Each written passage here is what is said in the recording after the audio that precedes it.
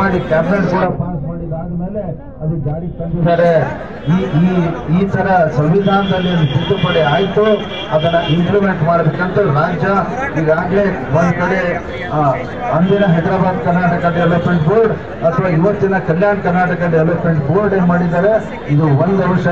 ಅದರ ಜೊತೆಗೆ ಇವತ್ತು ಉದ್ಯೋಗ ಅವಕಾಶದಲ್ಲಿ ನಮ್ಮ ಪಾಲನ್ನ ಕೊಡಬೇಕಂತ ಹೇಳಿ ಅಂದು ಮಾನ್ಯ ಎಚ್ ಕೆ ಪಾಟೀಲ್ ಅವರ ನೇತೃತ್ವದಲ್ಲಿ ಒಂದು ಸಭೆಯನ್ನು ರಚನೆ ಮಾಡಿ, ಒಂದು ಸಮಿತಿಯನ್ನ ರಚನೆ ಮಾಡಿ, ಆ ಸಮಿತಿಯ ಮುಖಾಂತರ ಅನೇಕ ರೂಲ್ಸ್ಗಳನ್ನ ರೆಗ್ಯುಲೇಷನ್ಸ್ ಅನ್ನ ಮಾಡಿ ಆ ಕೆಲಸವನ್ನ ಮಾಡಿದ್ದಾರೆ. ಅದರಲ್ಲಿ ಲೋಕೇಶ್ವರನ್ನ ಮಾಡಿದ್ರು.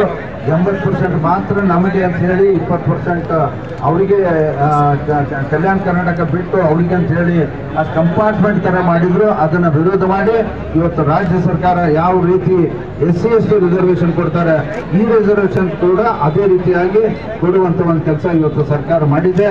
ಅದಕ್ಕೆ ಸರ್ಕಾರ ಕೂಡ ನಾನು ಧನ್ಯವಾದಗಳನ್ನು ಹೇಳ್ತೀನಿ. ಆದ್ರೆ ಇವತ್ತು ಈ ತರದ ಏನು ಹೋರಾಟಗಳನ್ನ ಯಾರೇ ಮಾಡಲಿ ಅದನ್ನ ಕರ್ನಾಟಕ ಸರ್ಕಾರ ಖಂಡಿಸಬೇಕಂತ ನಾನು ಸಿದ್ದರಾಮಯ್ಯ ಅವರಿಗೆ, ನಮ್ಮ ಸಚಿವರಾದಂಥ ಪ್ರಿಯಾಂಕಾ ಖರ್ಗೆ ಅವರಿಗೆ, DK ಶಿವಕುಮಾರ್ ಅವರಿಗೆ ನಾನು ಹೇಳಿಕ್ಕೆ ಇಚ್ಛೆಪಡ್ತೇನೆ.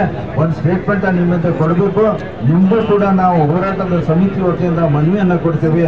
ದಯವಿಟ್ಟು ಇದನ್ನ ಅಲ್ಲೇ ಅವರಿಗೆ ಯಾವ ರೀತಿಯ ಅನುಮತಿ ಕೊಡದೆ ಈ ರೀತಿಯ ಹೋರಾಟಕ್ಕೆ ಅವಕಾಶ ಕೊಡಬಾರ್ದು ಅಂತದಂದು ನಾನು ಈ ಸಂದರ್ಭದಲ್ಲಿ ಅವರಿಗೆ ಹೇಳುವ ಮುಖಾಂತರ ನಾವಿಲ್ಲೆಲ್ಲ ಸೇರಿದ್ದೇವೆ. ಅನೇಕ ಮಾನ್ಯರು ಬಂದಿದ್ದಾರೆ, ಹೋರಾಟಕ್ಕೆ ಬೆಂಬಲವನ್ನು ನೀಡಲಿಕ್ಕೆ ವಿದ್ಯಾರ್ಥಿಗಳು ಬಂದಿದ್ದಾರೆ, ಶಿಕ್ಷಕರು ಬಂದಿದ್ದಾರೆ, ಅನೇಕ ಗಣ್ಯರು ಬಂದಿದ್ದಾರೆ, ಅನೇಕ ಶಿಕ್ಷಣ ಸಂಸ್ಥೆಯ ಪದಾಧಿಕಾರಿಗಳು ಬಂದಿದ್ದಾರೆ. ಅವರೆಲ್ಲರಿಗೂ ನಾನು ಧನ್ಯವಾದಗಳನ್ನು ಹೇಳಿ ನನ್ನ ಮಾತನ್ನು ಮುಗಿಸ್ತೇನೆ. Thank you.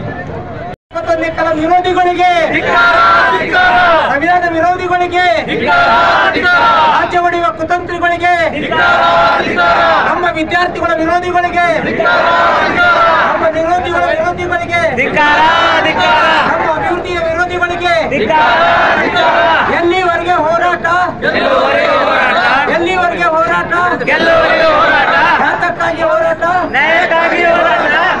ಅದಕ್ಕಾಗಿ ಈಗ ಜಿಲ್ಲಾಧಿಕಾರಿಗಳು ಮನವಿ ಕೊಡಬೇಕಾಗಿದೆ.